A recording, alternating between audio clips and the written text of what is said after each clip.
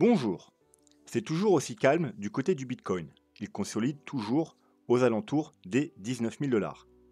Alors, à quand faut-il s'attendre à un gros mouvement? Va-t-il enfin bouger? C'est ce que nous allons voir dans l'analyse du jour. Mais avant de commencer, n'oubliez pas de vous abonner, de mettre un petit pouce bleu et de laisser un commentaire. Alors, désolé pour ceux qui s'inquiètent parce que j'ai pas fait de vidéo depuis lundi. Tout simplement, j'avais pas énormément de temps et en plus, franchement, il se passe pas grand-chose, donc c'était pas non plus nécessaire de faire des vidéos. Alors, vous inquiétez pas, d'ici une dizaine de jours, je vais finir mon travail. Donc, je vais repasser full-time crypto pendant au moins 6 mois. Après, on verra hein, selon comment ça se passe.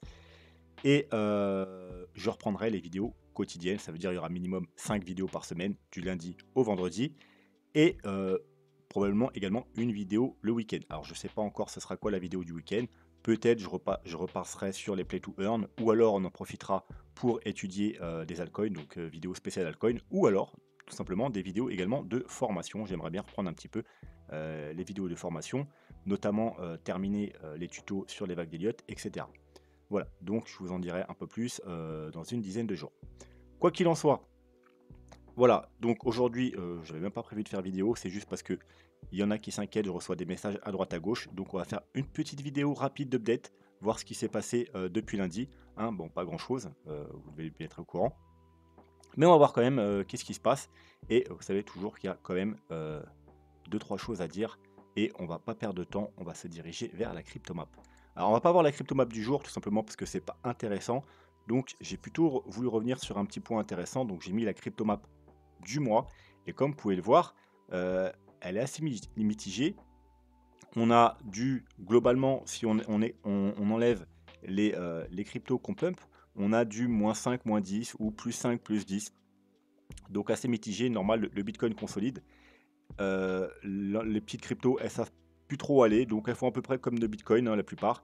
Elles consolident, donc il n'y a pas des pumps ou des dumps de fou. Mis à part quelques petites cryptos qu'on peut voir, TWT qui fait un +25, Yobi Token dont on a parlé la semaine dernière ou lundi ou je sais plus quand, qui fait +70%, CSPR 65, MKR 69 et QNT 83%. Donc à ça, il y a deux possibilités. Première possibilité, tout simplement, vous savez que les altcoins ont pris très très cher depuis la chute du Bitcoin. Hein. Le Bitcoin a perdu, je crois, 70%. Il y a des altcoins qui ont perdu 80, 90, voire 95%. Donc tout simplement, vu que le Bitcoin consolide, il y en a rattrape un peu du coup la grosse chute qu'elles ont fait avant potentiellement de rechuter plus bas si le Bitcoin va avoir plus bas. Ou, deuxième possibilité dont je vous ai déjà parlé, c'est tout simplement qu'on a peut-être potentiellement trouvé un bottom. Et en général, lors des bottoms et des phases d'accumulation, car généralement sur les bottoms, il y a des phases d'accumulation, alors pas tout le temps, comme vous pouvez le voir, on va aller voir un petit graphique. Voilà, par exemple, lors du choc du Covid, vous voyez, ça a été un V-bottom. Hein. C'est plutôt rare les V-bottom. Donc, il n'y a pas eu de période d'accumulation. Tout simplement parce que la période d'accumulation avait déjà eu lieu en amont, ici. Voilà. Donc là, il n'y avait pas forcément besoin d'une période d'accumulation. Mais globalement, sur les bottoms, même sur les petits bottoms provisoires, comme ici, vous voyez, on a quand même plusieurs. Alors là, on est en weekly, hein, on a quand même plus d'un mois, presque 2 mois de accumulation pour un petit pump. Là, on a eu plusieurs mois d'accumulation sur le dernier bottom du bear market. Là également, on a eu une longue période d'accumulation, plus d'un an d'accumulation avant de repartir sur un bull run. Et vous voyez, même là, on avait eu 2-3 mois d'accumulation avant la nouvelle jambe haussière. Donc en général, on a une période d'accumulation. Et qu'est-ce qui se passe? Qui dit période d'accumulation, c'est-à-dire que les gros portefeuilles, ils accumulent en vue d'une hausse prochaine. Parce qu'ils ne peuvent pas acheter tout d'un coup, parce que sinon ça ferait monter le prix beaucoup trop rapidement. Voilà. Vous êtes des gros portefeuilles, vous avez des millions de dollars, voire des dizaines de millions de dollars, et vous voulez accumuler du Bitcoin, vous n'allez pas acheter cash. Alors on va prendre par exemple ici, du Bitcoin à 3000 dollars, parce que automatiquement, il passerait directement de s'il y a plein de gros portefeuilles qui ont des millions et des millions, ils achètent d'un coup du Bitcoin, et ben il va monter d'un coup à 20-30 000 dollars. Et eux, ils veulent pas en acheter à 20 ou 30 000 dollars, ils veulent en acheter à 3 000 dollars. Donc ils achètent petit à petit. Ils instillent de la peur, en fait, vous voyez, comme un peu la période qu'on est maintenant. Hein. Hop, on va voir le CryptoPeer, vous voyez, ça fait 2 mois qu'on est dans, potentiellement, attention, je dis bien potentiellement dans une période d'accumulation, et que le CryptoPeer reste dans l'extrême fear, aux alentours des 20. Donc ils instillent de la peur. Donc les gens, ils font quoi?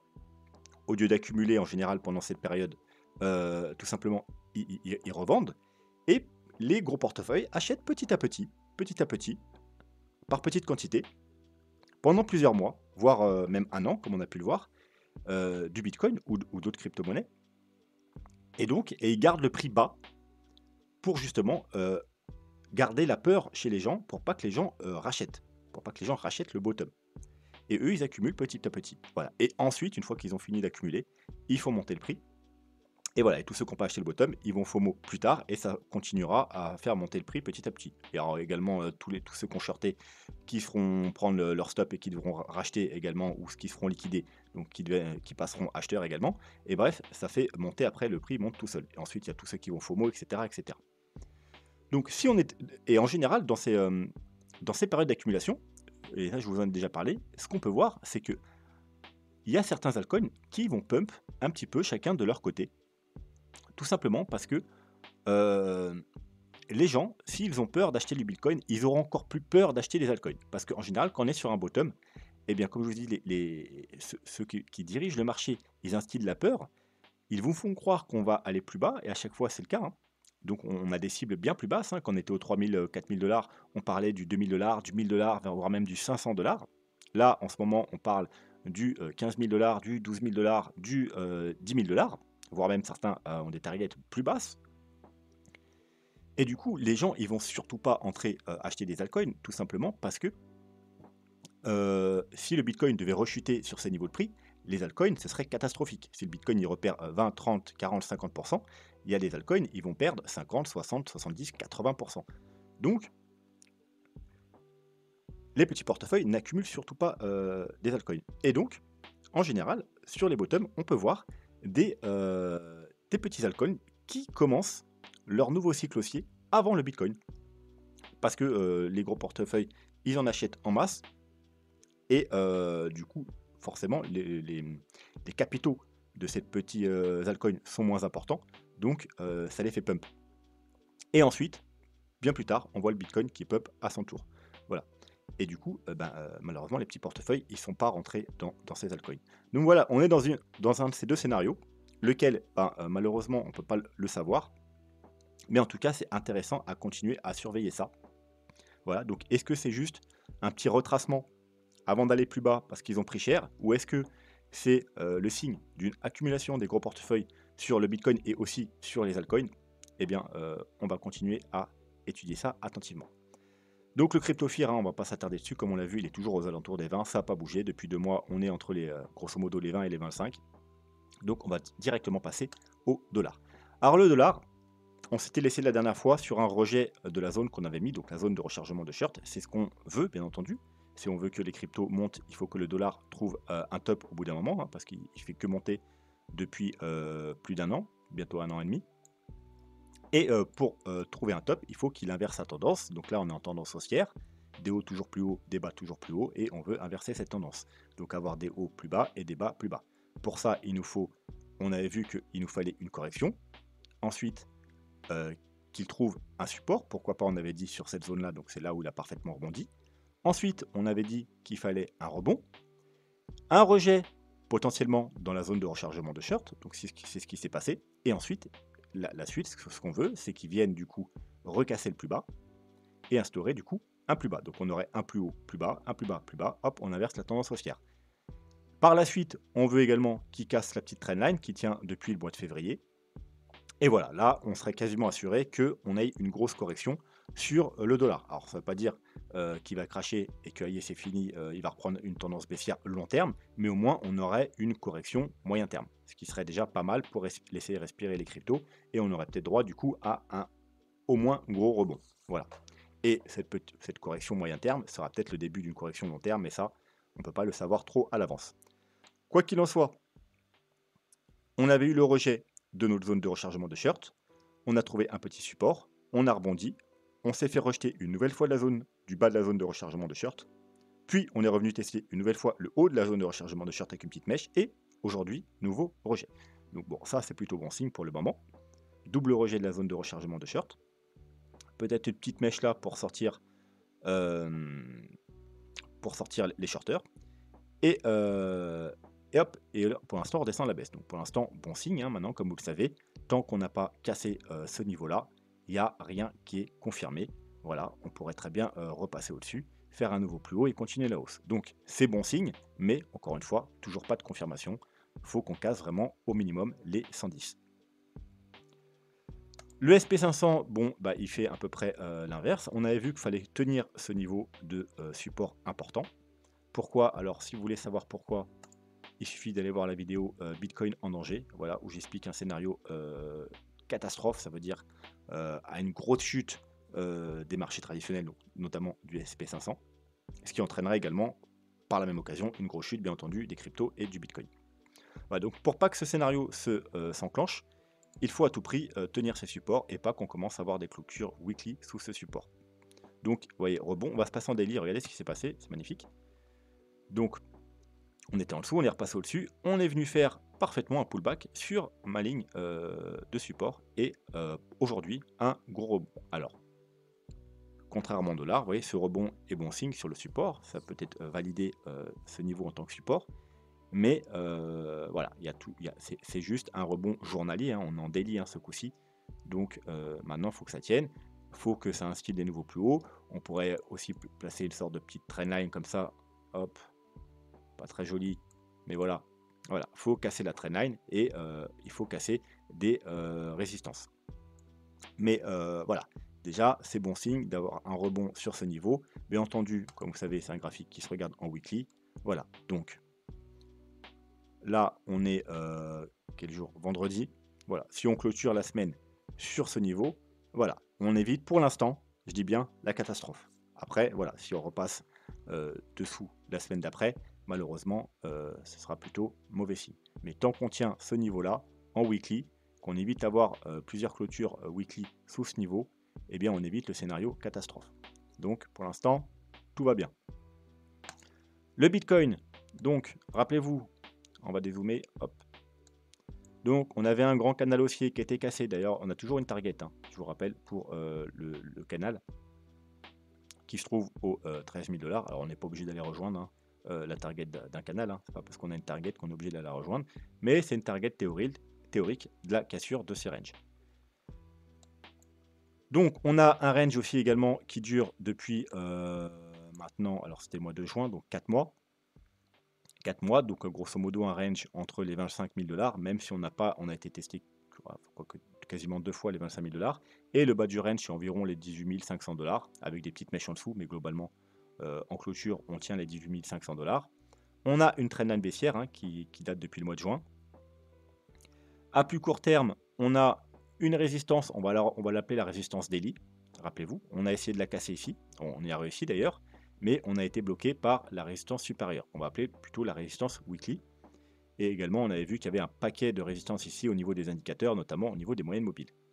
Donc ensuite, on était revenu, alors tester, on avait une petite trendline haussière ici. On l'a cassé. On a cassé le niveau daily. On a trouvé un petit support, je vous ai matérialisé à une petite ligne bleue.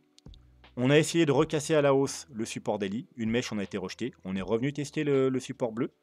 Encore une fois, il y a quelques jours, on est revenu tester par 2 fois la résistance daily. Mais on a fait 2 petites mèches, mais à chaque fois, on a été rejeté. On a rechuté. Toute la semaine où j'ai pas fait de vidéo, là, on a profité pour rechuter. Revenu encore une fois, retester ce support court terme.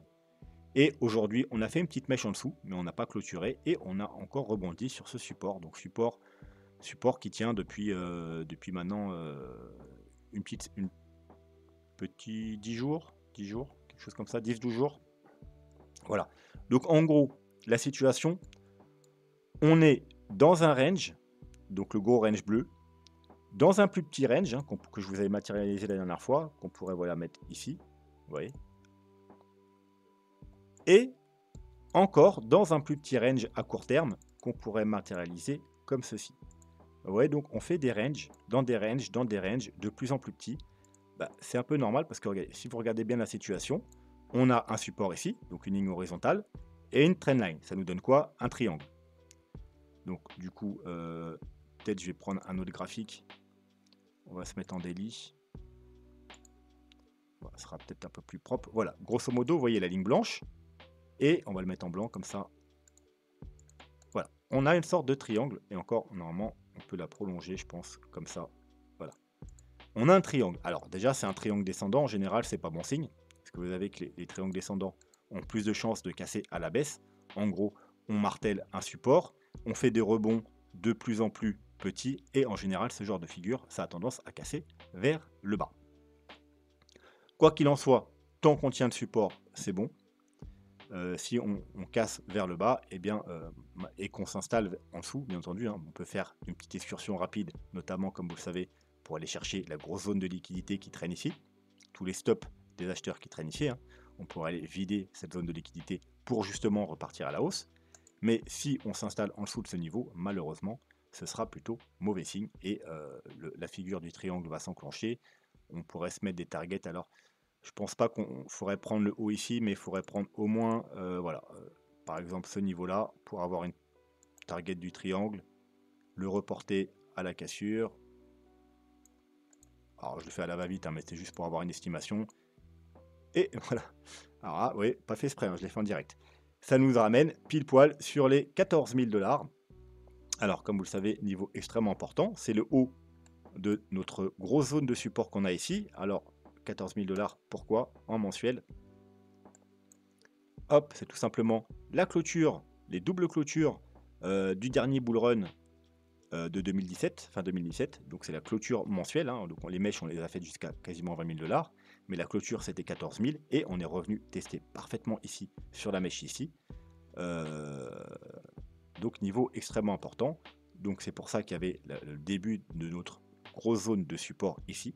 Voilà, qui est entre les 14 000 du coup et les 10 000 $. Et ben voilà, la projection du triangle nous donne comme target justement ce niveau-là. Voilà. Donc en cas de cassure du triangle, on irait potentiellement rejoindre à minima ce niveau-là. Alors, malheureusement, alors on va revenir d'abord sur le graphique pour en terminer ici. Donc voilà, un range dans un range dans un range. Donc là, c'est normal, donc c'est parce qu'on est dans un triangle, et un triangle, eh bien, on perd de la volatilité petit à petit. Donc au début, on était dans un range beaucoup plus grand, ensuite un range un peu plus petit, et là encore un peu plus petit, tout simplement parce qu'on arrive à la fin du triangle. Donc, à ceux qui s'inquiètent que le Bitcoin fait rien, vous inquiétez pas, dans les jours, semaines qui viennent, il y aura sûrement soit une cassure par le bas. Alors attention, en général, souvent, le premier mouvement, c'est pas forcément le bon. Vous savez qu'en général, il y a souvent un fake out pour aller chercher la liquidité en haut ou en bas pour repartir dans le sens justement. Donc, c'est pas toujours le premier mouvement le bon. Des fois oui, mais pas tout. Le plus souvent non. Donc si on casse vers le bas, c'est potentiellement, comme je vous ai dit, peut-être juste une prise de liquidité justement pour monter. Et pareil, si on casse vers le haut, ça peut être aussi un fake out pour justement après redescendre. Donc soyez très prudents si vous prenez des trades sur ce genre de cassure. Surtout que plus ça dure longtemps, une figure, une consolidation, plus la réaction au final sera violente et extrêmement forte. Quoi qu'il en soit, on devrait avoir la résolution de tout ça. Alors on va nettoyer un peu le graphique, hein. La trendline là par exemple, elle nous sert plus à grand chose déjà. Et bon, le petit support, hein, vous l'avez visualisé. Voilà, comme ça le graphique est soulagé. On va s'enlever pour l'instant les zones de rechargement de shirt. On les remettra plus tard au besoin. Mais l'important maintenant, c'est, alors je dirais toujours bien entendu à court terme, notre petite résistance daily, mais surtout notre résistance weekly et bien évidemment la trendline. Voilà, c'est ces niveaux-là à passer à court terme, donc aux alentours des 20 000 $. Après, vous savez, il y a également le niveau le plus important. On a vu que c'était aux alentours des 23 000 $ dans les analyses précédentes, notamment au niveau des moyennes mobiles. C'est le niveau à passer pour espérer aller rejoindre au moins les 28-30 000 $. Alors, on va revenir sur le graphique plus long terme. Donc, casser le support blanc, ce serait mauvais. Pourquoi? Ça enclencherait le triangle, comme on l'a vu, descendant. Mais également, si on casse le triangle blanc, le support blanc, on casserait également la trendline rose. Et la trendline rose, on va passer même, ouais, en weekly, on est bien. C'est une trendline très très très long terme. C'est une trendline qui dure depuis 2013. Vous voyez, on va zoomer un peu. Donc là, elle a fait support, on s'en fout des mèches, surtout qu'à l'époque, il y avait extrêmement, en plus c'est Bitfitness, donc il y a des mèches apocalyptiques. Mais vous voyez les clôtures ici, là on vient retester pile poil la mèche, on revient tester, là on supporte également, là on supporte, là on supporte. Là regardez, on va zoomer, on casse, hop, ça fait résistance, hop, on recasse à la hausse, c'est parti. Et ensuite on reste longtemps au-dessus et on est revenu le retester seulement au Covid. Voilà. Et bien une nouvelle fois, on est pile poil en train de retester tout simplement cette trendline depuis plusieurs semaines. Vous voyez, une fois, deux fois, trois fois, quatre fois. Voilà. Bref, pour dire que, alors ça c'est quelque chose même qui peut se regarder en mensuel, hein, bien entendu. Si on devait casser cette trendline, ça pose un problème tout simplement parce que c'est un peu la trendline de croissance du Bitcoin. Et c'est une trendline qui tient depuis une dizaine d'années. Et ce qui voudrait dire qu'il y a quelque chose qui change dans la croissance du Bitcoin. Et ce serait plutôt mauvais signe. Alors, je pense que je ferai une vidéo dédiée à ce sujet, mais ça voudrait dire que peut-être, en tout cas moi, je me suis trompé dans le plan Fibo. Alors, vous savez que mon plan Fibo, alors là, on n'a pas tout l'historique, mais globalement, moi, j'ai une vague 1, 2, 3, 4 et 5, qui a fait un premier cycle haussier, une grosse correction en 1, 2, 3, et là, on repart pour un nouveau, disons, gros cycle haussier, avec, on a fait la première vague, là, on a fait la vague 2, et on a encore 3, 4, 5, etc.